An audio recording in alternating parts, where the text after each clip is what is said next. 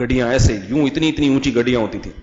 فرماتے تھے کہ یہ میری ملکیت میں ہیں, ابھی تھوڑی دیر پہلے میری ملکیت میں آئے ہیں, یہ میں نے گنے نہیں ہیں کتنے ہیں. وہ اس لیے کہ ترغیب دینے کے لیے نا, بعض دفعہ ترغیب دینے کے لیے بتانا پڑتا ہے. اللہ نے تبھی تو کہا نا کہ چپکے سے بھی اللہ کی راہ میں خرچ کرو اور کھلے عام بھی خرچ کرو. چپکے سے خرچ میں اخلاص زیادہ ہے, کھلے عام خرچ میں کنجوسوں اور بخیلوں کو ترغیب ہوگی.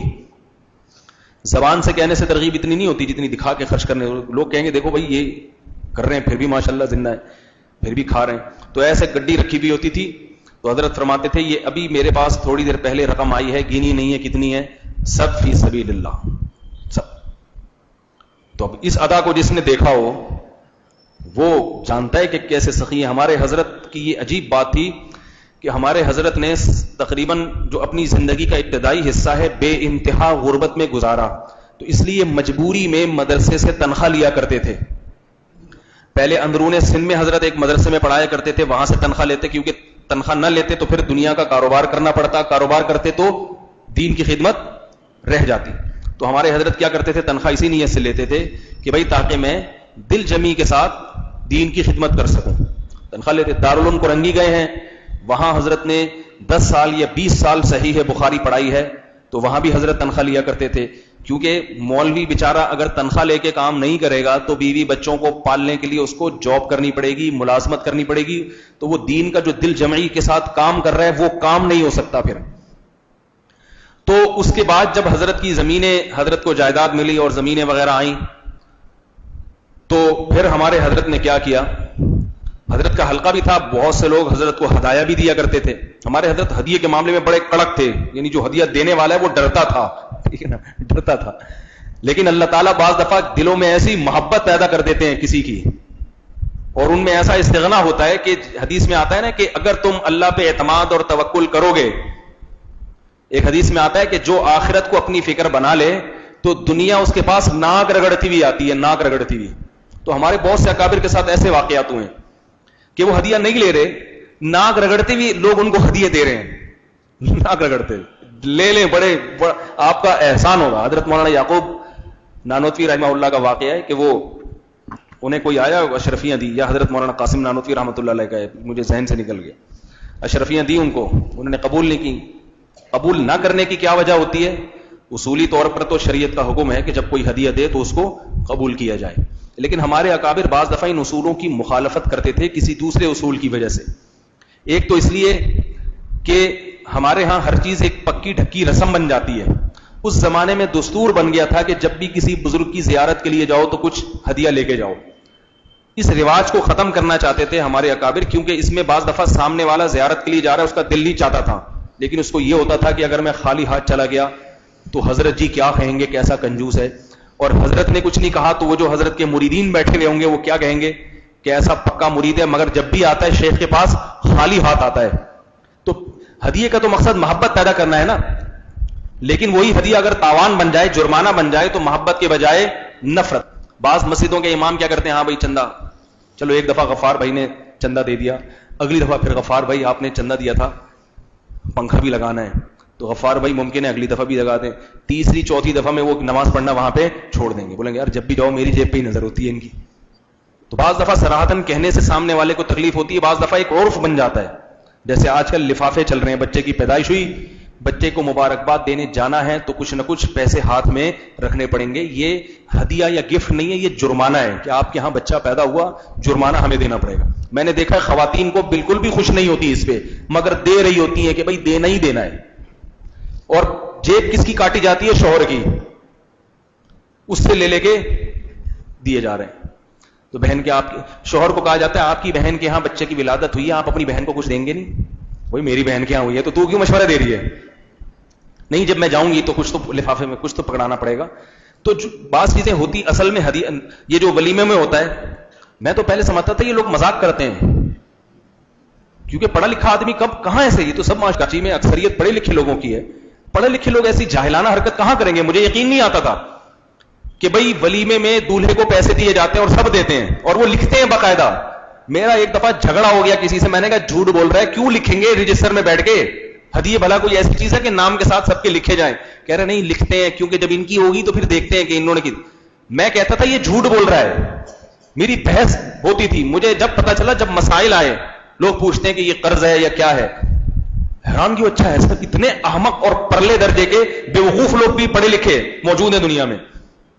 اتنی بڑی بڑی بیوقوفیاں اور حماقتیں ہو رہی ہیں کہ وہ لکھا جا رہا ہے 500 روپے اس نے دیے, 1000 اس نے دیے, اور پھر کسی نے بتایا کہ ولیمے پہ دولہے کا جتنا خرچہ ہو وہ آدھے سے زیادہ ریٹرن ہو جاتا ہے. یہ مجھے کیسے پتا چلا؟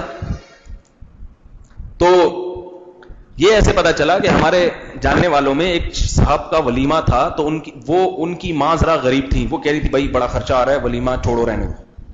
تو پڑوسن ان کو سمجھا رہی تھی کہ کر لو, کوئی خرچہ نہیں ہے, جتنا ہوگا وہ لفافوں کی شکل میں مل جائے گا واپس, اس کی فکر نہ کرو. میں نے کہا لے بھائی ایسا بھی ہوتا ہے, ایسا بھی ہوتا ہے.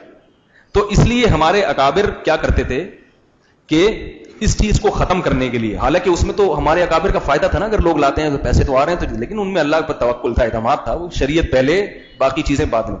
تو انہوں نے اس چیز کو ختم کرنے کے لیے بعض دفعہ کسی مرید کا ہدیہ واپس کر دیا کرتے تھے, اس لیے کہ تاکہ اپنے اوپر اس کو مسلط نہ کرو. ہم نے بھی اپنے شیخ کو دیکھا کہ ان کے پاس کوئی بہت قیمتی ہدیہ لے کر آیا, یورپ سے آئے تھے وہ, جب ان کے سامنے رکھا تو انہوں نے اس کو قبول کیا, بولا یہ میرا ہو گیا اور اب ناراض نہیں ہونا, اب یہ میری طرف سے آپ کو ہدیہ ہو گیا. ٹھیک ہے, یہ بھی اس لیے کہ بھائی مسلط نہ کرو اپنے اوپر. جو خوشی سے ہدیہ ہوتا ہے محبت بڑھتی ہے. اور جب پتا ہے کہ میں لندن سے آ رہا ہوں اپنے شیخ کی خدمت میں, شیخ کیا بولے گا, لندن سے آیا اور خالی ہاتھ آ گیا, تو پھر دل میں شوق ہو بھی تو وہ شوق خود بخود ختم ہو جاتا ہے. نہیں, پھر ہدیوں میں مصیبت آج کل یہ بھی ہے کہ کوئی کم درجے کا ہدیہ ہو تو لوگ مذاق اڑاتے ہیں اس کا. بھائی محبت کا اظہار ہے, کچھ بھی کھلا سکتے ہو, چائے بھی پلا سکتے ہو. غریب آدمی کو یہ ٹینشن ہوتی ہے کہ میں اگر حضرت کی خدمت میں سیب لے گیا, حضرت کیا کہیں گے, ہے بھائی سنتے تو ایسے بیانات تھے اور حضرت کرتے رہتے تھے, سیب تو میں بھی تھیلے سے لے سکتا ہوں, آدھا کلو تم سیب لے کر آ گئے میرے لیے, آم لے کر آ گئے میرے لیے, پان لے کر آ گئے میرے لیے. حالانکہ ہدیہ تو ایک اظہار محبت ہے, 1 کروڑ کا بھی ہو سکتا ہے, 5 روپے کا بھی ہو سکتا ہے. میں اپنے شیخ مفتی رشید احمد صاحب رحمہ اللہ تعالیٰ کو 5 روپے ہدیہ دیا کرتا تھا. نہیں یاری میرا خیال ہے, حالانکہ حضرت ٹھیک ٹھاک مالدار تھے. یہ ان دنوں کی بات ہے جب حضرت کے پاس بہت دولت تھی. حضرت کی گاڑی جس نے دیکھی ہوتی نا وہ سمجھ جاتا تھا کتنے دولت مند ہیں, کتنا دیتے, کیونکہ میری اوقات اتنی تھی, مجھے گھر سے جیب خرچی ملتی تھوڑا سا, 5 روپے.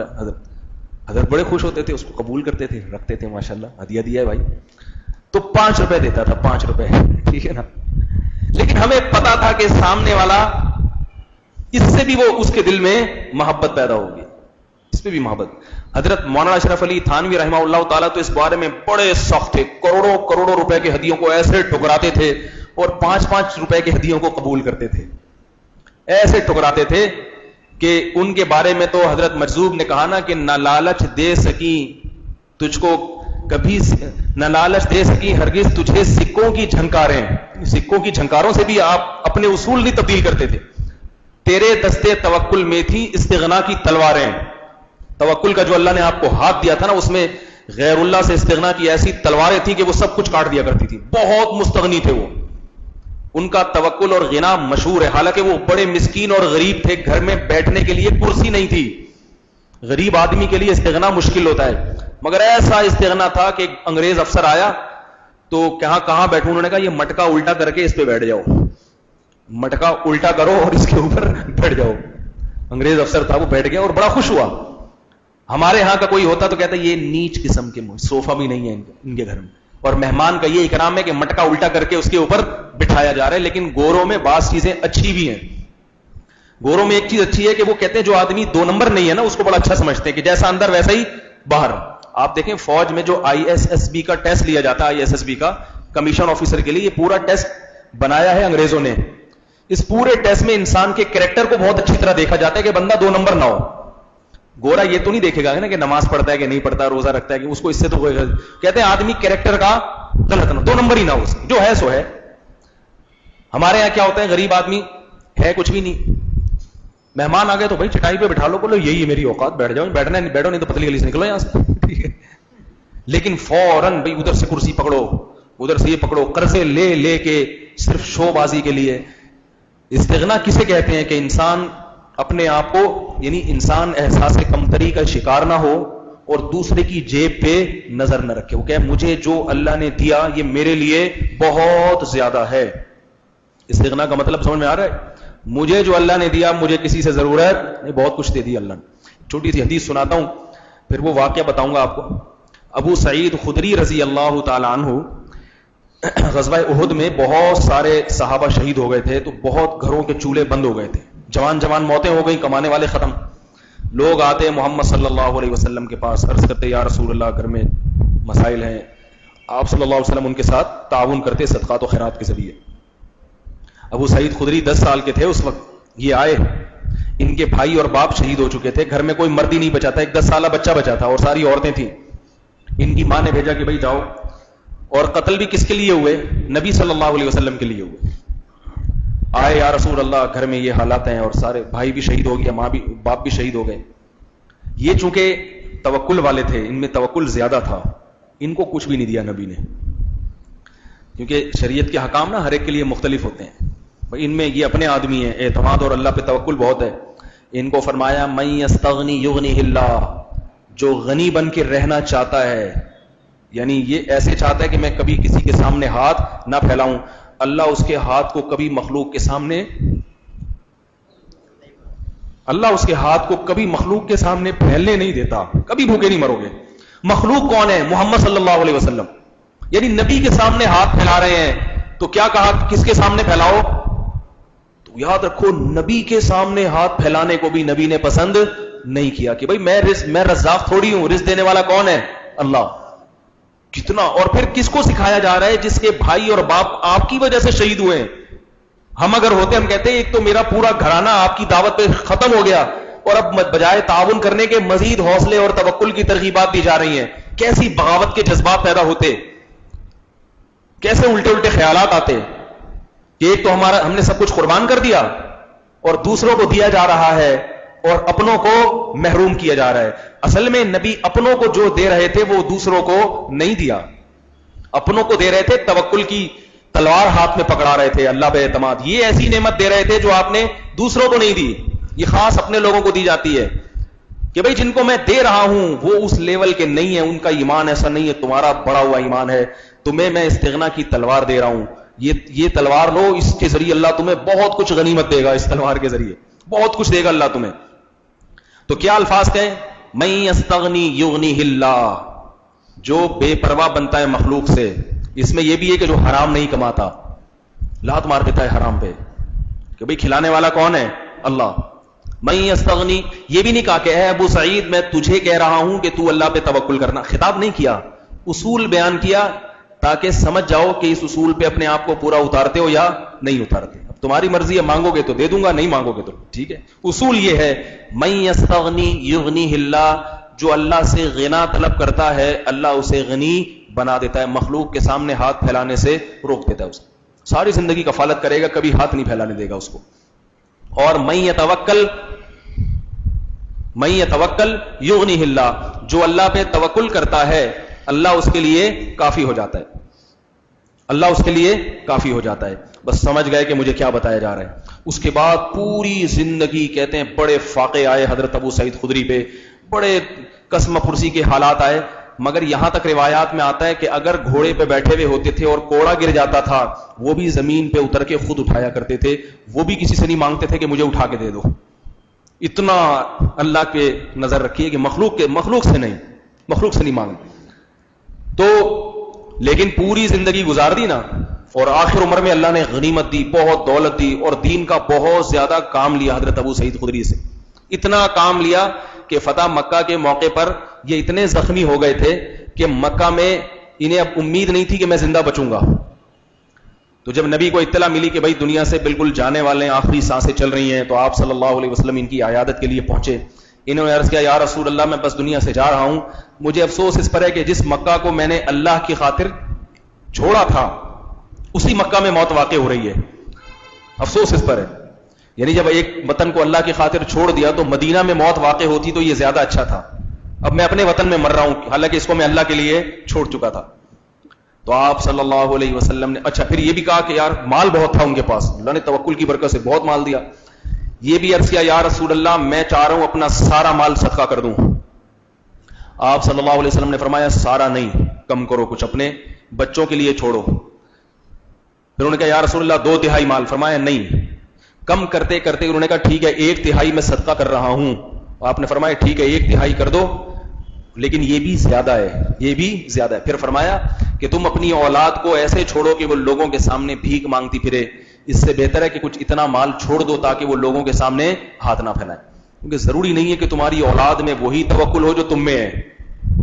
دیکھو اپنی ذات کے لیے تو توکل کی ترغیب دی جا رہی ہے. اس حدیث سے کیا پتہ چلا کہ توکل آپ اپنی ذات کے لیے کریں, اپنے بیوی بچوں کو توکل کی بھیٹ نہ چڑھائیں. نہیں یاری میرا خیال.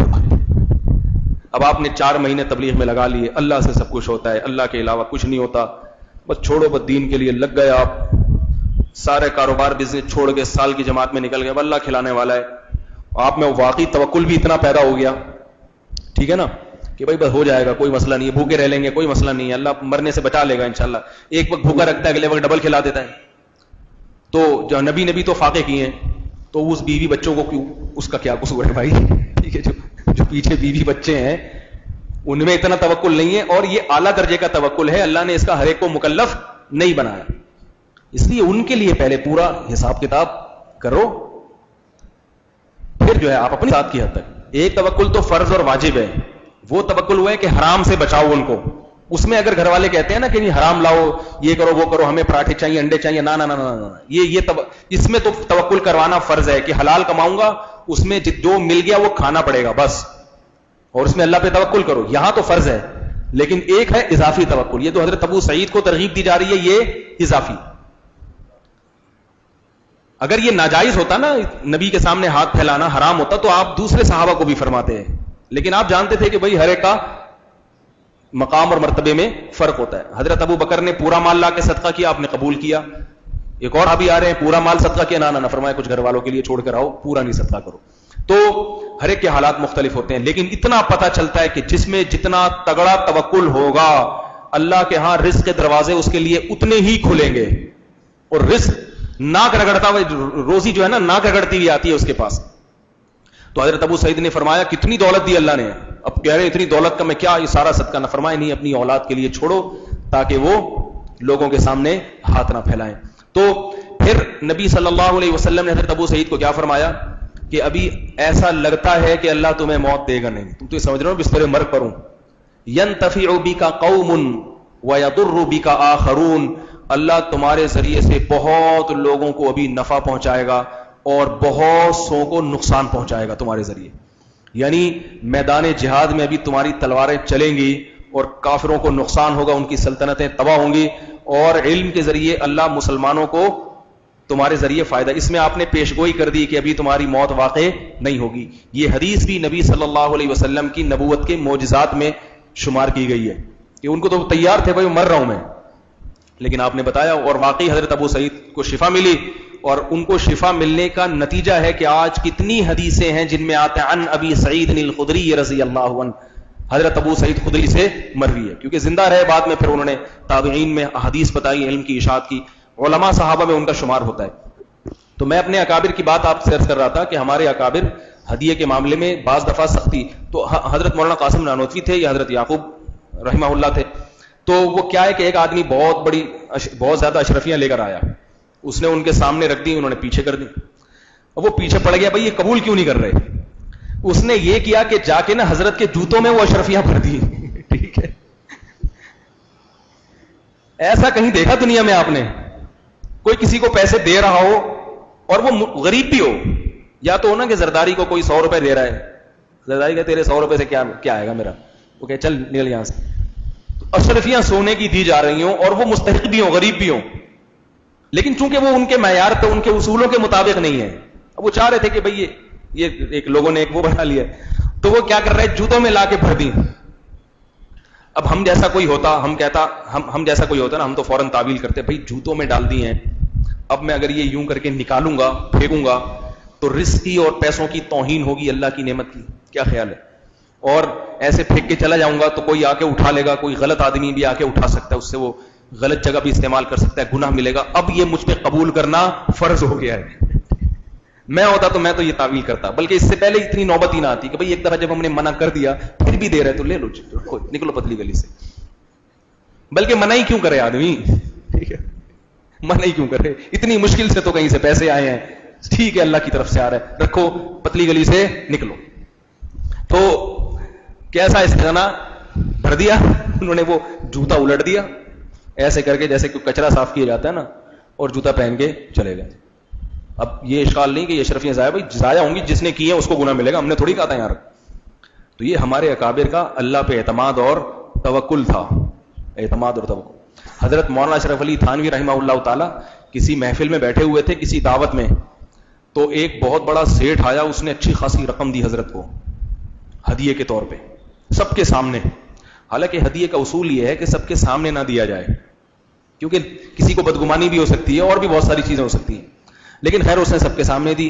حضرت حکیم الامہ نے اسے قبول کر لیا, شکریہ آپ کا, اللہ جزائے خیر, جیب میں رکھ لیے, ٹھیک ہے نا. جب دعوت ختم ہو گئی اس کو الگ سے تنہائی میں بلایا اور اسے واپس کر دیا. کہا دیکھو اس وقت میں نے سب کے سامنے لینے میں میری ذلت تھی, تمہاری عزت تھی. میری ذلت یہ تھی کہ لوگ کیا کہتے ہیں جب کوئی مولوی صاحب بڑی محفل میں لوگوں سے ہدیے قبول کر رہے ہو تو لوگ کیا کہتے ہیں یہ تو سالے چلتے ہی کس پر ہیں, ہدیوں پہ چلتے ہیں, اسی لیے کوئی دنیا کا کام نہیں کرتے, ان کو تو تحفے نذرانے آتے رہتے ہیں نا. تو میری بے عزتی تھی جو میں نے قبول کر لی, کیونکہ اگر میں مسترد کر دیتا تو تمہاری بے عزتی ہو جاتی. بھائی بڑی محفل میں آپ کو کوئی ہدیہ دے اور آپ بڑی محفل میں انکار کر دیں تو اس کا بیچارے کا کتنا سا منہ بن جائے گا. آپ لوگ کی سمجھ میں نہیں آ رہا میرا خیال, کیسا بیچارے کا منہ بن جائے گا نا, اور وہ ہو بھی سیٹھ, لوگ کہیں گے ارے تیرا ہدیہ قبول نہیں کیا. تو کہا کہ تمہاری عزت تھی قبول کرنے میں, اس لیے میں نے تمہاری عزت کی لاج رکھ کے اپنی بے عزتی کروا لی ہے, لیکن میری نیت یہ تھی کہ میں تمہیں واپس کروں گا. میں چپکے سے دے رہا ہوں, کسی کو پتا نہیں ہے کہ میں نے تمہارا ہدیہ واپس, اور اس میں میرا نقصان ہے تمہارا فائدہ ہے, اس لیے یہ اخلاص سے واپسی ہو رہی ہے, ٹھیک ہے نا. جتنے اخلاص سے تم نے ہدیہ دیا تھا اس سے زیادہ اخلاص کے ساتھ یہ ہدیہ واپس ہو رہا ہے. وہ کیوں واپس کیا, ان کے ذہن میں کوئی حکمت ہوگی. سیٹھوں سے ہدیہ لینے میں تو بڑا ڈر بھی ہوتا ہے نا کہ یہ جو بعض مالدار لوگ ہدیہ دیتے ہیں تو پھر اپنی مطلب کی باتیں بھی کہلواتے ہیں کہ میں نے تمہیں 1 لاکھ روپے دیے, تم میری خلاف بیان کر رہے ہو, ٹھیک ہے, میری خلاف باتیں کر رہے ہو. تو یہ پھر یہ بھی ہوتا ہے, وہ کوئی وجہ ہوتی. اصول تو یہی ہے کہ ہدیہ دیا جائے تو اسے قبول کیا جائے, آپ صلی اللہ علیہ وسلم کی یہ سنت ہے. لیکن میں آپ کو اس لیے بتا رہا ہوں ہمارے اکابر کا یہ تصویر ہے. بعض دفعہ اس وجہ سے بھی ہدیہ مسترد کیا جاتا تھا کہ آپ کا کوئی دوست ہے, آپ کے کوئی, یہ میں صرف مولانا حضرات کی باتیں نہیں بتا رہا, اصول ہے شریعت کا, یہ آپ پر بھی اپلائی ہوتا ہے. آپ کو اگر کوئی ہدیہ دیتا ہے تو اس کا بھی یہی اصول ہے. بچے کی ولادت ہو نا, لوگ 500-500 روپے لا رہے ہیں, آپ کو پتا ہے کہ یہ لا رہے ہیں تو واپس کر دو, بولا نہیں چاہیے. میں نے جب ایک دفعہ شادی کی تو اس میں نے یہ جو ہے نا جس کو بھی دعوت دی اس پہ یہ ان کو کہہ دیا کہ لفافہ لانے کی اجازت نہیں ہے. یہ باقاعدہ کہلوایا ہے, لفافہ لانے کی اجازت, یہ نہیں کہ لفافہ نہ لائیں, اجازت نہیں ہے لانے کی. ہم اپنے خرچے پہ کر رہے ہیں ولیمہ, کسی کو اجازت نہیں ہے. تو 200 یا 300 افراد تھے تو ان میں 2 بڑے بوڑھے تھے جو لے کر آئے تھے لفافہ, بڑے بوڑھے تھے, باقی کوئی بھی نہیں لے کر آیا. کتنی جلدی سے انہوں نے بات کو قبول کر لیا نا, ورنہ تو ہوتا ہی ہے کہ بھائی نہیں ہم تو لائیں گے, نہیں ہم تو لائیں گے. اس سے پتا چلتا ہے کہ کوئی بھی دل سے لانے کے لیے آمادہ نہیں ہوتا, وہ انتظار کر رہے ہوتے ہیں آپ منع کرو تو ہم رکیں نا, آپ تو منع ہی نہیں کر رہے تو پھر لے کر آئیں گے. تو 2 بوڑھے تھے وہ لے کر آئے اور انہوں نے کہا کہ آپ کے والد صاحب سے ہماری بڑی اچھی دوستی ہے اتنا, تو بیٹا آپ ہمارے بچوں کی طرح ہو, ٹھیک ہے نا, آپ ہمارے بچوں کی طرح ہو. تو میں نے کہا یہ بوڑھے بھی ہیں اور ہم ان کے واقعی بچوں کی طرح بھی ہیں. تو وہ 2 بوڑھوں نے بس 2 لفافے 500 روپے کے دیے تھے, 1000 روپے, ابھی تک یاد ہے مجھے, حالانکہ بہت پرانی بات ہو گئی ہے, سب سے پرانی والی شادی کی بات کر رہا ہوں میں. تو اس وقت ایسا ہوا تھا, ٹھیک ہے. تو جو ہے تو اس کے بعد بھی مجھے یاد نہیں پڑتا کہ 500 بھی کسی نے دیے ہوں. تو آپ ذرا مضبوطی دکھائیں, نہ لالچ کریں لوگوں کی جیبوں. رزق جو عزت کے ساتھ آتا ہے اس میں برکت ہوتی ہے, استغنا ہوتا ہے, اور جو لالچ اور کنجوسی کے ساتھ جو رزق آتا ہے وہ اچھی روزی نہیں ہوتی. میں جلدی سے ایک اور واقعہ سنا کے پھر اپنے اصل موضوع کو سمیٹتا ہوں. ایک وجہ یہ بھی ہوتی ہے ہدیہ مسترد کرنے کی کہ ہدیہ لینے والے کے دل میں بعض دفعہ لالچ آ جاتی ہے. لینے والے وہ بھی تو انسان ہے نا, اور پیسوں سے کام بہت ہوتے ہیں, اور ہدیہ ایسی چیز ہے بیٹھے بیٹھے آدمی کے پاس فری پھوکٹ کی چیز جسے کہتے ہیں نا, کچھ بھی نہیں کیا پیسے آ گئے. تو اس کا اچھا یہ پیسوں کا ذکر اس لیے کر رہا ہوں کہ ہدیوں کے لین دین میں جو سب سے اچھا ہدیہ ہے نا وہ پیسے کا ہے. لوگ کیا کرتے ہیں, بہت مہنگی چیز خرید کے کسی کو ہدیہ دے دیتے ہیں جو اس کے کام کی نہیں ہوتی. پیسوں کا ہدیہ سے کیا فائدہ ہوتا ہے کہ پیسہ ایسی چیز ہے جو آدمی جس کو پیسہ ملے گا وہ اپنی جس چیز میں چاہے استعمال کر لے. البتہ بعض دفعہ کسی کو ہدیہ کسی شے کی شکل میں اس لیے دیا جاتا ہے تاکہ اس کے پاس یہ یادگار رہے. ہدیے کا تو مقصد ہے محبت بڑھانا نا, تو وہ یادگار رہے گی تو وہ دیکھ دیکھ کے اس کو یاد آتا رہے گا یہ فلاں نے دیا تھا, تو اس کے دل میں محبت اس باقی رہنے والی چیز کی وجہ سے قائم رہتی ہے. تو یہ حکمت اگر ہے تو پھر چیز کی شکل میں دے سکتے ہیں. تو بعض دفعہ کیوں مسترد کیا جاتا ہے؟ لینے والے کے دل میں لالچ. وہ کیسے ہے؟ اس پر ایک حدیث میں آتا ہے, نبی صلی اللہ علیہ وسلم نے فرمایا کہ اگر مال کسی لالچ کے بغیر آئے, حدیث کا مفہوم ہے, تو یہ اللہ کی نعمت ہے.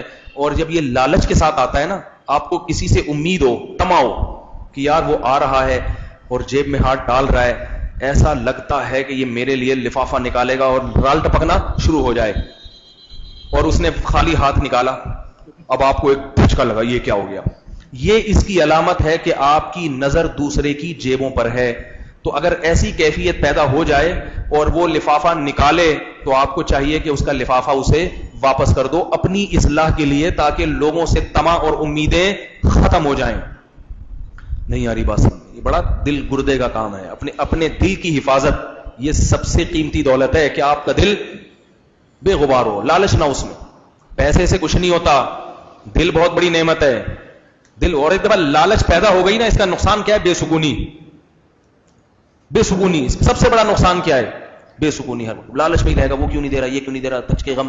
مخلوق سے مستغنی ہو گئے, نظر ہٹا لی, پھر فائدہ ہی فائدہ اس میں. پھر اگر کوئی نعمت مل گئی تو خوشی ہوگی, نہیں ملی تو کوئی غم نہیں ہوگا. تو بعض دفعہ ایسا بھی. اس پہ ایک بڑا دلچسپ واقعہ ہے کہ ایک بزرگ تھے, ان کا ایک شاگرد تھا. پہلے زمانے میں تو مدرسوں میں بڑے فاقے ہوا کرتے تھے, بڑی قسم پرسی میں زندگی گزاری ہے ہمارے اکابر نے. تو وہ بزرگ جو تھے نا, شاگرد نے دیکھا کہ میرے استاذ بہت دنوں سے فاقے میں ہیں, بہت مشکل سے ان کو کچھ کھانے کو ملتا ہے, اور استاذ کی طبیعت میں استغنا ہے, یہ ذکر بھی نہیں کرتے. لیکن ایک دن استاذ نے ذکر کر دیا اپنے شاگرد کے سامنے, اس نیت سے نہیں کہ تم کچھ لے کر آؤ, بس ویسے ہی برداشت نہیں کر پائے کہ بھائی فاقے چل رہے ہیں. یہ دل میں نیت نہیں تھی کہ یہ کچھ کرے میرے لیے. تو شاگرد گھر گیا اور اپنے گھر سے اپنے استاذ کے لیے کھانا لے کر آیا. استاذ نے وہ قبول کرنے سے انکار کر دیا. شاگرد نے پوچھا کیوں قبول نہیں کر رہے؟ انہوں نے کہا جب تم گھر گئے تھے, کھانا لینے نہیں گئے تھے, کام سے گئے تھے, لیکن میرے دل میں لالچ آئی تھی کہ یہ کچھ لے کر آئے گا میرے لیے, یہ کچھ لے کر آئے گا, اور لڈو پھوٹنا شروع ہو گئے تھے. اور یہ جو طمع اور لالچ پیدا ہو گئی, اس کا علاج کر رہا ہوں, یہ نہیں کھاؤں گا میں, لے جاؤ اس. وہ بھی تھا ذہین. وہ کیا تھا؟ طالب علم, اور واقعی ہدیہ دینے کی نیت تھی اس کی. ہم ہوتے ہم کہتے ہیں چلو نیت کا ثواب بھی مل گیا, روٹی بھی بچ گئی, ٹھیک ہے واپس جاؤ کھاؤ. کیونکہ اس وقت کھانا ایک بڑی نعمت تھی. آج کل تو اتنا ہو گیا نا کہ آپ کھانا کوئی نہ بھی کھائے تو آپ کا کوئی نقصان تھوڑی ہے. کھانا اتنا سستا ہو گیا ہے, تنخواہیں آمدنی ایسی ہیں, تو کھانا ایک وقت کا بڑی نعمت ہوتی تھی. وہ شاگرد تھا ذہین, وہ واپس لے گیا کھانا, اور پھر تھوڑی دیر بعد دوبارہ لے کے آ گیا. کہا اب تو لالچ نہیں تھی نا, اب تو آپ نا امید تھے. انہوں نے کہا ہاں نا امید تھا. انہوں نے کہا یہ اللہ کی نعمت ہے, اب کھائیں. اور یاد رکھو ایسے موقع پہ بھی ٹھکرا دینا پھر یہ اللہ کی نعمت کی ناشکری ہے, پھر یہ تکبر ہے, پھر یہ کہنا کہ اللہ اس کے ذریعے مجھے کیوں کھلا رہا ہے, یہ پھر تکبر ہے جو اللہ کو پسند نہیں ہے. بھائی تمہارے دل میں لالچ بھی نہیں تھی, اب اگر کسی نے محبت میں تمہیں کوئی ہدیہ دے دیا پھر قبول نہیں کرو گے, پھر اللہ کو اس پہ غضب آتا ہے کہ اپنے آپ کو پتہ نہیں کیا چیمپئن سمجھتا ہے, ٹھیک ہے نا.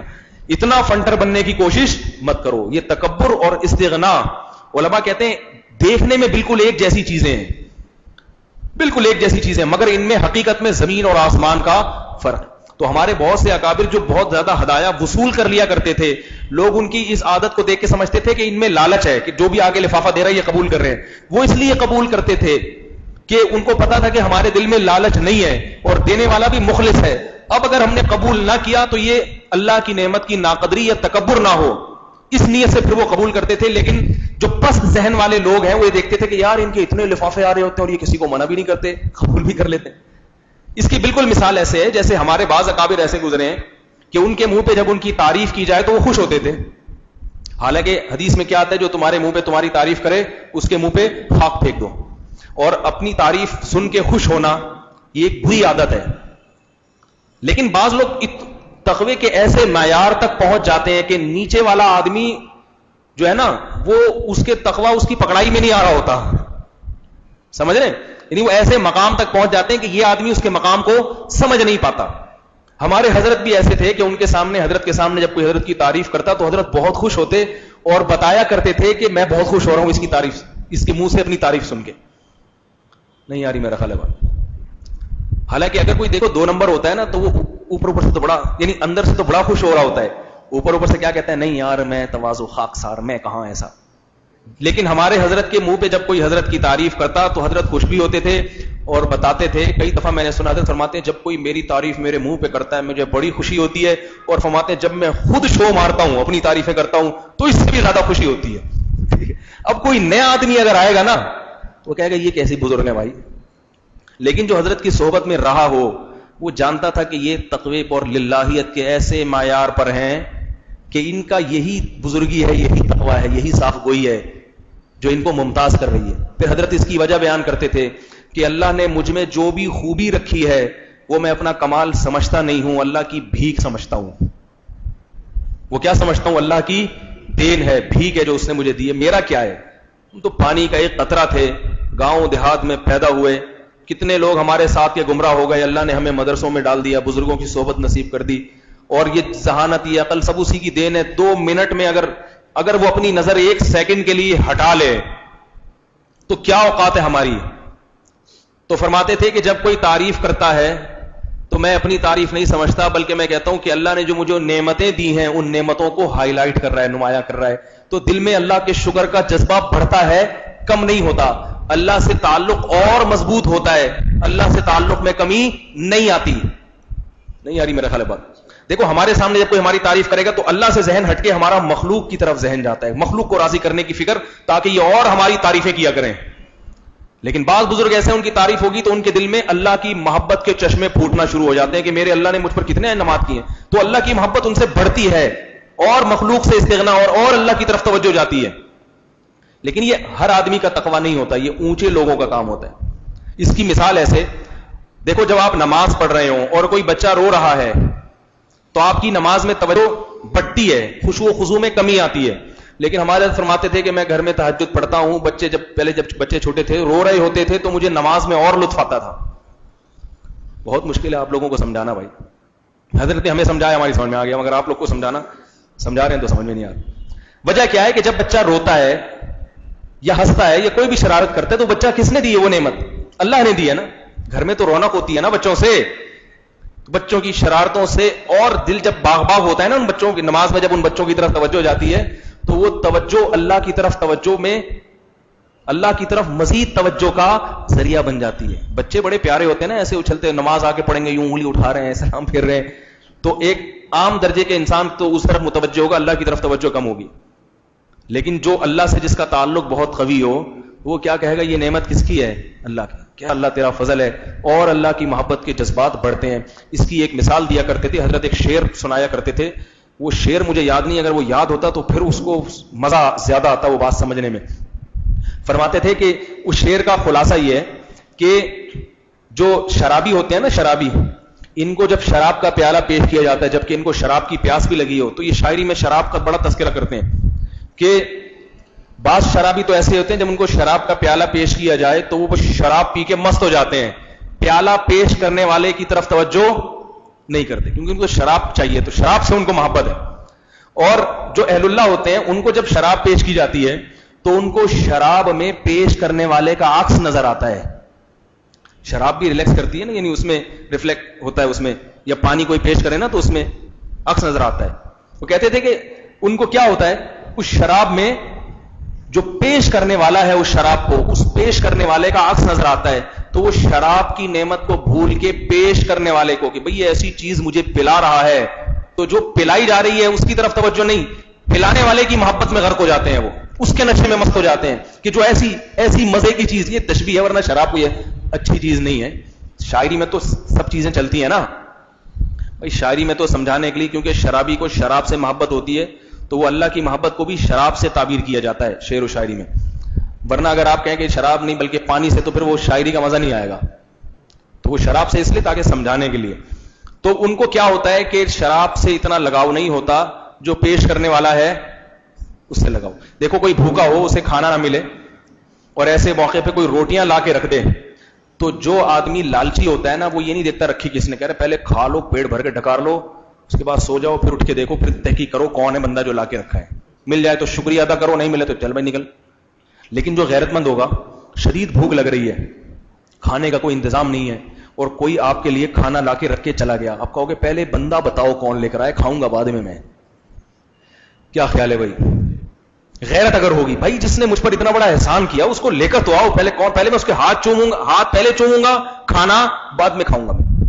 یہی حالت ہے کہ جو اہل اللہ ہے, نماز میں جب ان کو اللہ کی نعمتیں نظر آتی ہیں تو نعمت دینے والے کے ہاتھ چومنے کا دل پہلے کرتا ہے, وہ اور لمبا سجدہ کر دیتے ہیں, اور لمبا رکوع کر دیتے ہیں, اور نعمت کی طرف توجہ بعد میں جاتی ہے. اور ہماری حالت کیا ہے, جیسے ہی نماز کے دوران بریانی کی خوشبو آئی تو اب یہ نہیں دیکھتے کہ وہ اللہ ہمارے لیے کیا کیا کھلانے کا انتظام کر رہا ہے, تو خوشی میں سجدہ اور لمبا کر دو, ٹھیک ہے, نہیں اب شارٹ کٹ مارو.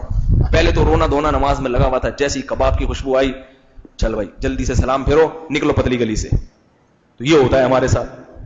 تو یہ وہ کیفیات ہیں جو اہل اللہ میں اور ہمارے میں پہلے بھی ایک واقعہ میں نے سنایا, کئی دفعہ سنا چکا ہوں, اسی موضوع سے مناسبت کا ہے, تو موضوع کی مناسبت کا واقعہ تو دوبارہ سنا دیتا ہوں. ایک بہت بڑے تابعی تھے, ان کی جب شادی ہوئی تو جیسے ہی دلہن کے کمرے میں گئے ہیں تو بڑا سجا ہوا کمرہ اور خوبصورت دلہن سجی ہوئی بیٹھی ہوئی ہے, تو گئے دلہن کے پاس. اگلے دن جب صبح ہوئی ہے تو وہ جو دلہن کے بھائی تھے, وہ بھی بڑے تابعی تھے, اپنے وقت کے بڑے بزرگ تھے, وہ اپنے بہنوئی سے اور بہن سے ملاقات کے لیے آئے. تو انہوں نے اپنی بہن سے پوچھا کہ بھئی تمہیں یہ تمہارے جو شوہر ہیں یہ کیسے لگے. ہوتا ہے نا کہ بھئی رشتہ ہوا ہے تو اب پوچھتے ہیں, بھئی دوست احباب پوچھتے ہیں, دوست دلہن کے بارے میں پوچھتے ہیں, ہاں بھئی بیوی سمجھ میں آئی, پسند آئی, یا پہلی رات ہی میں پھڈے بازی تو نہیں ہو گئی, ٹھیک ہے نا, ایسا بھی ہوتا ہے پہلی رات میں ہی طلاق ہو جاتی ہے. تو وہ اپنی بہن سے پوچھ رہے ہیں, ہاں بھئی بہنوئی کیسے لگے, کوئی بات چیت ہوئی, ان سے گپ شپ ہوئی. تو انہوں نے کہا کوئی بات چیت نہیں. وہ فجر کی نماز پڑھ کے آ گئے تھے, پوری رات بیٹھ کے انہوں نے گپ شپ لگائی ہوگی. تو وہ فجر پڑھ کے آ گئے, پوچھا اپنی بہن سے, بزرگ تھے, کہ بھئی یہ تمہیں تمہارے شوہر کیسے لگے. انہوں نے کہا کہ پوری رات یہ عبادت کرتے رہے ہیں, اب تک ہم دونوں کو بات چیت کا موقع نہیں ملا. یہ کمرے میں داخل ہوئے, وضو کیا, مصلی بچھایا, نماز پڑھنے لگے. کافی دیر تو میں نے ان کا انتظار کیا, جب دیکھا میاں صاحب توجہ ہی نہیں دے رہے, ہم نے بھی وضو کیا, مصلی بچھایا, ہم نے کہا چلو ٹھیک.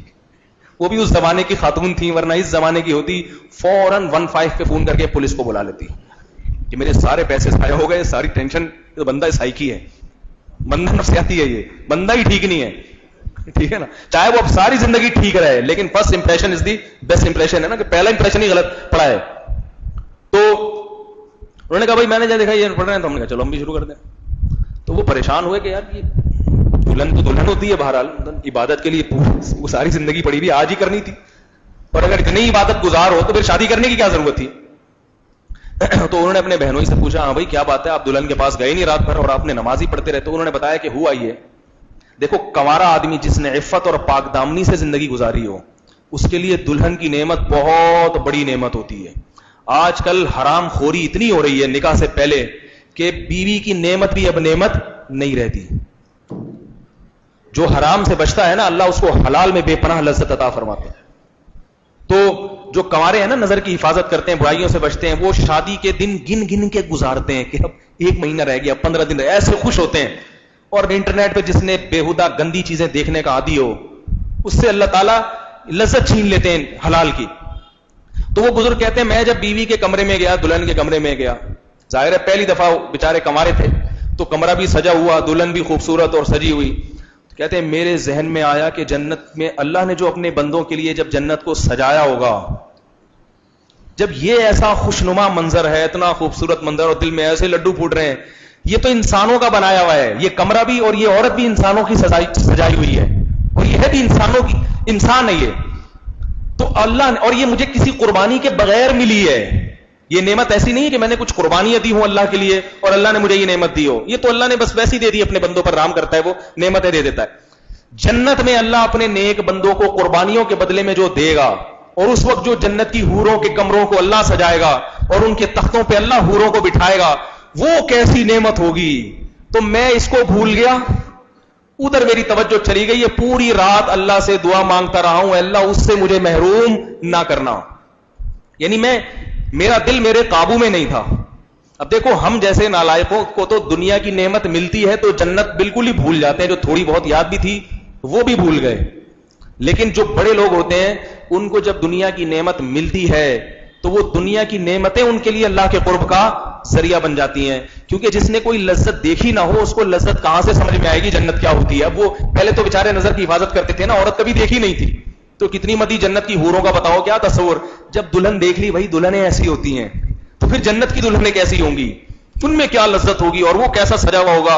اس کو چھوڑو اس کی فکر کرو, اس میں لگ گئے پوری رات, اس کو چھوڑو اس کی فکر میں لگے رہو.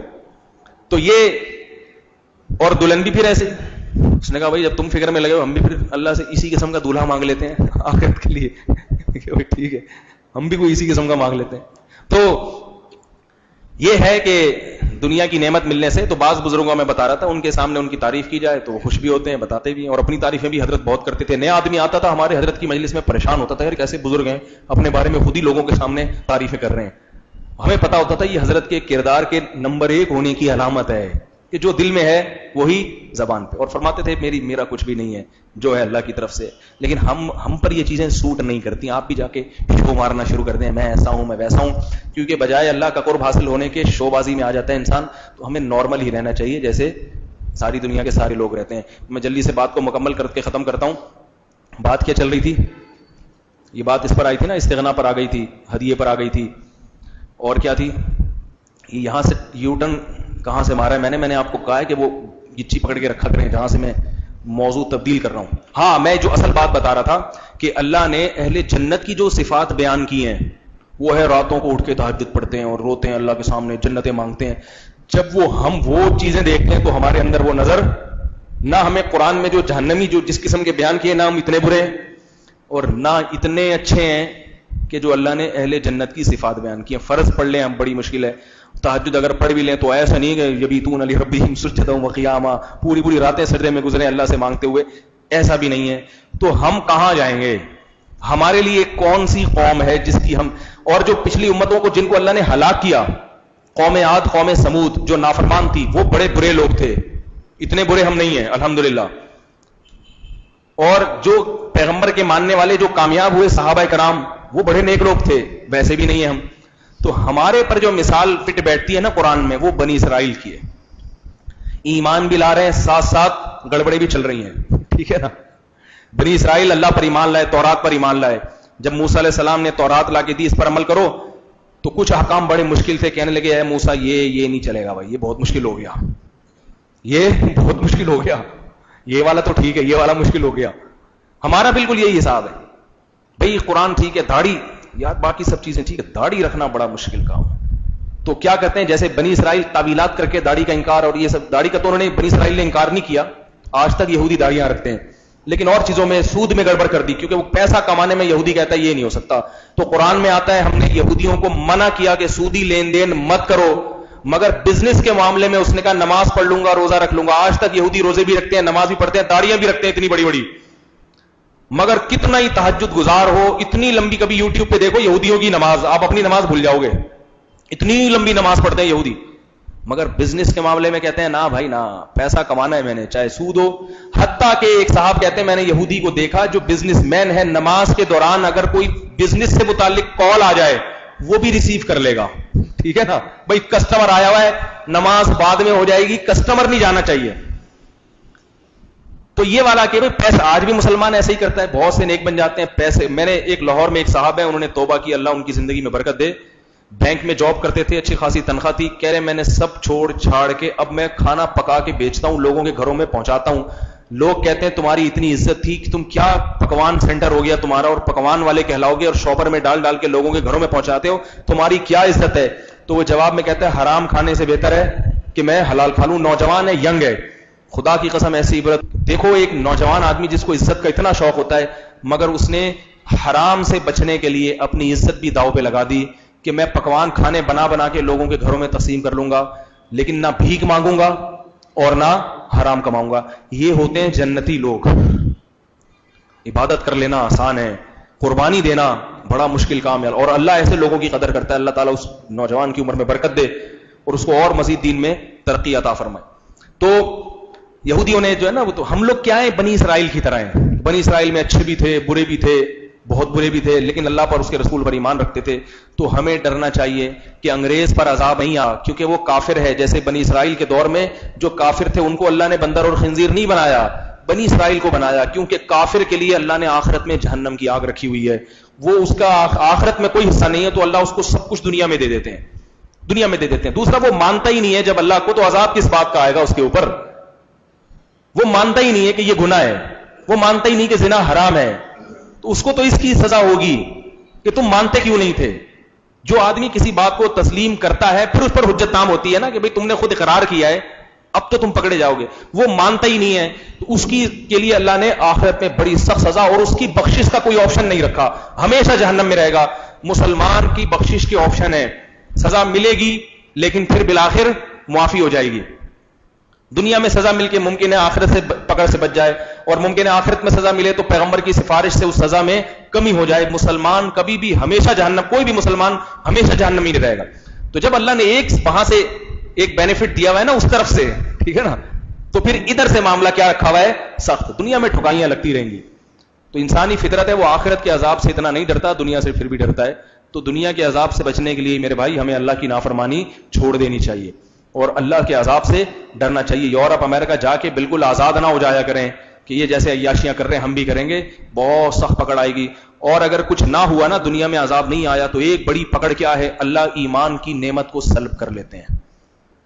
اللہ ایمان کی نعمت کو, کتنے یورپ امریکہ جانے والے نوجوان ایسے ہیں جو اسلام چھوڑ چکے ہیں, نام کے مسلم ہیں مگر اسلام کو وہ صاف لفظوں میں کہتے ہیں کہ یہ نہیں ہے, ایسا نہیں ہے, یہ مولویوں کی بات ہے. تو کفری ہو گیا نا یہ, جب آپ شریعت کے حکام کا انکار کر دو کہ کچھ نہیں ہوتا, نماز کچھ نہیں, مسئلہ ہے کوئی روزہ ہے, ایسی بنائی ہوئی باتیں ہیں.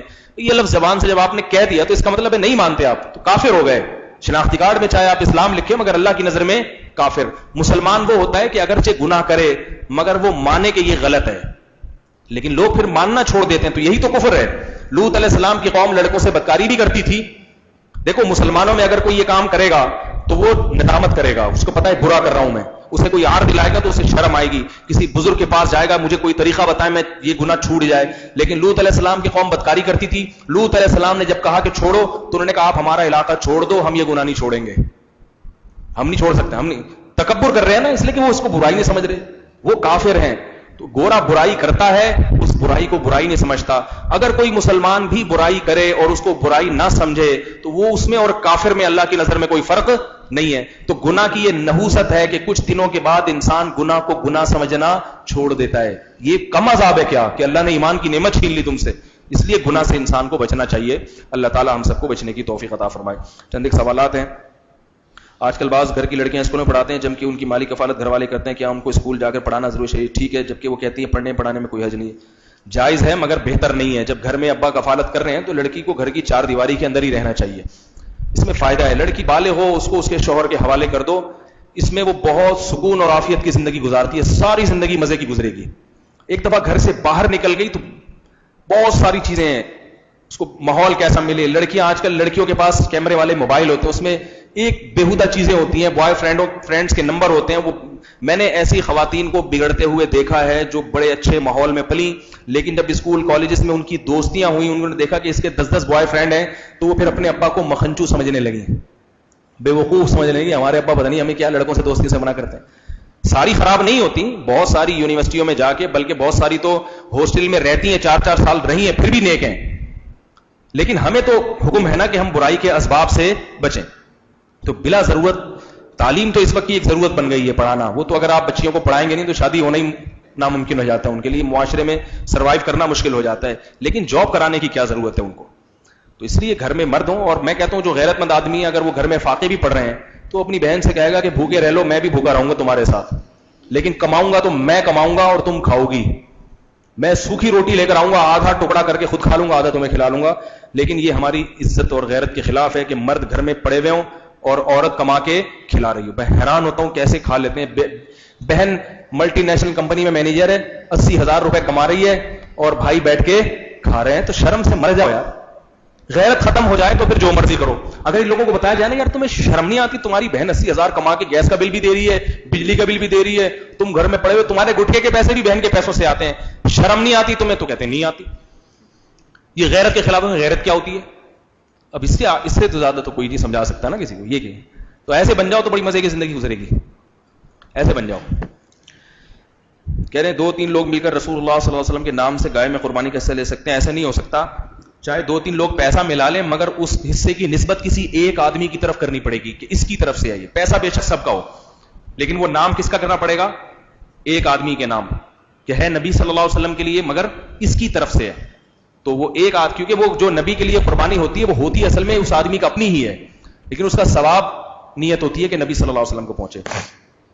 کیا عقیقہ بچے کا صدقہ کہلاتا ہے؟ کیا ہم عقیقے گوشت خود کھا سکتے ہیں؟ عقیقے کے گوشت کا وہ حکم ہے جو قربانی کا ہے. پورا خود کھا لیں, سارا صدقہ کر دیں, یا 1/3 صدقہ کر دیں, 2/3 خود کھا لیں, سب طرح سے جائز ہے. کیا ہم 9 ذی الحجہ کا روزہ سعودی عرب کے چاند کے مطابق رکھیں یا پاکستان کے؟ کیونکہ حج تو سعودی عرب میں ہوتا ہے, ہم پاکستان کے حساب سے رکھیں گے کیونکہ حدیث میں عرفہ کے دن کے روزے کی فضیلت ہے. ہمارے عرفہ 9 ذی الحجہ کا روزہ ہے. بعض عرب علماء کی رائے یہ ہے کہ عرفہ کا روزے کا مطلب یہ ہے کہ جس دن وقوف عرفہ ہو, اور وقوف عرفہ جس دن ہوگا اس دن پاکستان میں 8 ذی الحجہ ہوگی. لیکن ہم اس رائے سے اتفاق نہیں کرتے کیونکہ حدیث یہ جو اب بات یہ ہے نا کہ عرفہ کس دن ہوتا ہے, وقوف عرفہ کی وجہ سے روزے کا حکم ہے, ایسا نہیں ہے, بلکہ کہ عرفہ کے دن کی وجہ سے روزے کا حکم ہے. اور وقوف عرفہ بھی اس لیے ہوتا ہے عرفہ کے دن کہ وہ 9 ذی الحجہ کا دن ہوتا ہے, یعنی دن کی حیثیت زیادہ ہے بنسبت وقوف عرفہ کی. کیونکہ عرفہ کے دن جو وقوف ہوتا ہے وہ اس لیے نہیں ہوتا کہ عرفہ کا وقوف بذات خود اس کی حیثیت ہے, بلکہ وہ یعنی وہ عرفہ کا وقوف خود سبب نہیں ہے. عرفہ کے وقوف کا سبب کیا چیز ہے؟ 9 تاریخ کا ہونا. اس کی مثال ایسے ہے جیسے ہم جو ظہر کی نماز پڑھتے ہیں وہ اس لیے پڑھتے ہیں کہ ظہر کا ٹائم داخل ہو چکا ہے. اگر ٹائم داخل نہ ہوتا آپ سینکڑوں دفعہ بھی ظہر کی نماز پڑھتے وہ نہ ہوتی. تو سعودی عرب میں وقوف عرفہ اس لیے ہوتا ہے کہ 9 ذی الحجہ کا دن داخل ہو چکا ہوتا ہے. اگر دن داخل نہ ہوتا, 9 ذی الحجہ کی تاریخ نہ ہوتی تو وقوف عرفہ نہ ہوتا. تو دن کی اہمیت زیادہ ہے. تو ہمارے ہاں جو 9 ذی الحجہ کا جب دن داخل ہوگا تو وہ ہمارا وقوف عرفہ ہوگا. وہ الگ بات ہے کہ ہمارے یہاں عرفہ نہیں ہے اس لیے وقوف نہیں ہوتا. اس کی مثال ایسے جیسے یوم نہر کے دن قربانی کا حکم ہے. یوم نہر, اب نہر کا دن سعودی عرب میں 10 ذی الحجہ کا ہوتا ہے. 10 ذی الحجہ کو وہ نہر کا دن ہے. کیوں نہر کا؟ اس لیے کہ 10 تاریخ داخل ہو گئی. تو ہمارے ہاں نہر کا دن جب ہمارے ہاں 10 تاریخ داخل ہوگی, اسی وجہ سے ہم سعودیہ کے حساب سے قربانی نہیں کرتے بلکہ ہم اپنے حساب سے کرتے ہیں. تو جیسے ہمارے ہاں یوم النہر وہ 10 ذی الحجہ ہے تو ہمارے ہاں عرفہ کا دن وہ 9 ذی الحجہ ہے. سمجھ میں نہیں آ رہی بات؟ ہمارے ہاں لیلۃ القدر ہماری 27ویں رات ہے. تو جب ساری چیزوں میں ہم اپنے حساب سے چل رہے ہیں تو ہمارے ہاں جو عرفہ کا روزہ ہوگا وہ بھی 9 ذی الحجہ کا ہوگا, اس لیے 8 ذی الحجہ کا نہیں ہوگا. ہاں کوئی سعودی عرب جا رہا ہے تو پھر اس کا وہ. آج کل فیس بک پر پوسٹ چل رہی ہے کہ حدیث بتائیں کہ حضور صلی اللہ علیہ وسلم کو پاکستان کے خطے کی طرف سے ہوائیں محسوس ہوئی تھیں, کیا یہ صحیح ہے؟ اور 1965 میں مدد ہوئی تھی اور حضور صلی اللہ علیہ وسلم بھی خواب میں آئے تھے. تو جن جن کو خواب آیا ہے ان سے پوچھیں بھائی کہ ان کو آیا ہے کہ نہیں آیا. بینک البرکہ میں جاب کر سکتے ہیں؟ البرکہ کے بارے میں اشکالات ہیں. وہ پہلے تو اسلامی اصولوں پہ چل رہا تھا, پھر وہ ہٹ گیا. اب دوبارہ کی کیا رپورٹ ہے مجھے معلوم نہیں ہے. پہلے البرکہ بالکل صحیح طرح سے چلا تھا, اس کے بعد درمیان میں گڑبڑ کرنی شروع کر دی تو ہاتھ کھینچ لیا علماء نے. ابھی کی کیا رپورٹ ہے مجھے اس بارے میں علم نہیں ہے. وہ دارالعلوم کرنگی والوں کو پتا ہوگا, ان سے پوچھ لیں. بورنگ کا پانی فروخت کیا جا سکتا ہے؟ ہاں کر سکتے ہیں. پانی جب محفوظ کر لیا جائے نا کسی برتن میں تو پھر اس کو بیچنا جائز ہے. قربانی سے متعلق کوئی مسئلہ کسی نے پوچھنا ہو تو پوچھ سکتے ہیں. ابھی بالکل بقرعید سر پر ہے, کوئی خاص مسئلہ کسی کے ذہن میں ہو؟ کوئی مسئلہ نہیں ہے ماشاءاللہ, سب مفتی بن چکے ہیں الحمدللہ. جی کیا قربانی کا خون اگر کپڑے پہ لگ جائے, جو بہتا ہوا خون لگے گا تو کپڑا ناپاک ہو جائے گا, اور جو گوشت کے اوپر خون لگا ہوا ہوتا ہے نا وہ پاک ہوتا ہے. قصائی خریدتے ہیں تو خون اس پہ لگا ہوا ہوتا ہے. اسی طرح جانور کا خون نکل گیا, جو باقی جب آپ گوشت کی کٹائی کے دوران جو گوشت میں خون ہوتا ہے وہ پاک ہوتا ہے. وہ کپڑے پہ لگ جائے تو نماز ادا ہو جائے گی. ایک اہم بات, قصائی گڑبڑ کرتے ہیں, جانور کے گلے کے اندر چھری مارتے ہیں, ان سے قصائیوں کو روکا کریں. اس نے بولے وہ 4 رگیں کٹ گئی ہیں جو شروع کی جس میں خون زیادہ نکلتا ہے, وہ چھوڑ دیں, جانور کو تڑپنے دیں. قصائیوں کے پاس ٹائم نہیں ہوتا, وہ پھر بھی جو ہے نا جلیلی پورا کاٹ دیتے ہیں اس کو, اور گلے میں وہ اندر وہ اس کے نرخرے پہ مارتے ہیں چاقو. یہ غلط ہے, یہ سنت طریقہ نہیں ہے. اس کا نقصان یہ ہوتا ہے کہ جانور کا خون صحیح طرح نکل نہیں پاتا اور خون گوشت کے اندر رہ جاتا ہے, بیماریاں بھی پیدا ہوتی ہیں اور سنت کے بھی خلاف ہے. جانور تو حلال ہو جائے گا مگر خلاف سنت. تو میں اکثر یہ بات ابھی بیان میں بھی کہی تھی میں نے جمعے کے بیان میں بھی کہ قصائیوں کو آپ سر پہ بھی کھڑے ہو جائیں مانتے نہیں ہیں, تو اس کا بہتر طریقہ یہ ہے کہ جس کھونٹے سے گائے کو باندھا ہوا تھا اسی کھونٹے سے قصائی کو باندھ دیں, اور گائے ذبح جیسے ہی قصائی ذبح کرتا ہے نا, 4 رگیں کٹتی ہیں, جتنے آدمی گائے پہ تھے آپ قصائی کو بولیں گے مزید نہ کاٹو, میں رکے گا نہیں, کیونکہ اس نے اتنے کانٹیکٹ پکڑے ہوئے ہوتے ہیں کہ اس جلدی ہوتی ہے اس کو, وہ کہتا ہے چھوڑو کون تڑپنے دے, وہ 6 گائیں اتنی میں اور گرا لوں میں. تو اس کا طریقہ یہ ہے, اس کو سیریس لیں, آپ سمجھ رہے ہیں میں مذاق کر رہا ہوں, آپ 100 دفعہ بھی قصائی کو سمجھائیں گے وہ نہیں مانے گا. تو جیسے ہی 4 رگیں کٹیں تو جتنے آدمی گائے پہ تھے وہ سارے قصائی پہ آ جائیں, گائے کو چھوڑ دیں, وہ کہیں نہیں بھاگے گی, وہ کٹی ہے وہ نہیں جاتی, تھوڑے دیر کہیں نہیں بھاگتی وہ. جتنے آدمی گائے پہ تھے وہ سارے کس پہ آ جائیں, قصائی پہ آ کے. اب یا تو آ جائیں اتنا کافی ہے, اور اگر وہ پھر بھی نہیں باز آ رہا تو اس کو گرا کے جس کھونٹے سے گائے کو باندھا ہوا تھا اس کھونٹے سے قصائی کو باندھ دیں آپ, اور بولیں جب تک یہ گائے ٹھنڈی نہیں ہو جاتی, اپنی خود سے اپنی تقدیر جو اللہ نے اس کی تقدیر میں جتنے ٹائم کے لیے لکھا ہوا ہے نا مرنا, جب تک اس کے مطابق یہ مر نہیں جاتی تجھے نہیں گرم ہونے دیں گے ہم. گائے ٹھنڈی ہوگی اس کے بعد تو گرم ہوگا, ورنہ اس وقت تک تو ٹھنڈا رہے یہاں پہ آرام سے. تو اس کے علاوہ اور کوئی آپشن نہیں ہے آپ کے پاس, ورنہ باز نہیں آتے وہ. تو ذرا اس میں سختی کیا کریں, اللہ تعالیٰ سمجھنے کی عمل کی توفیق عطا فرمائے. اس سے گوشت میں بھی لذت ہوتی ہے, پورا جب بلیڈنگ ہو جاتی ہے نا اس کی, تو گوشت بھی مزیدار ہوتا ہے, گوشت خراب بھی نہیں ہوتا جلدی, دیر سے خراب ہوتا ہے. ورنہ جو قصائی جس طرح سے ذبح کر رہے ہیں اس سے گوشت چند دنوں میں بو بھی آنے لگتی ہے. تو فائدے ہی فائدے ہیں جو میں طریقہ آپ کو بتا رہا ہوں. سبحانک اللہم و بحمدک، نشہد ان لا الہ الا انت، نستغفرک و نتوب.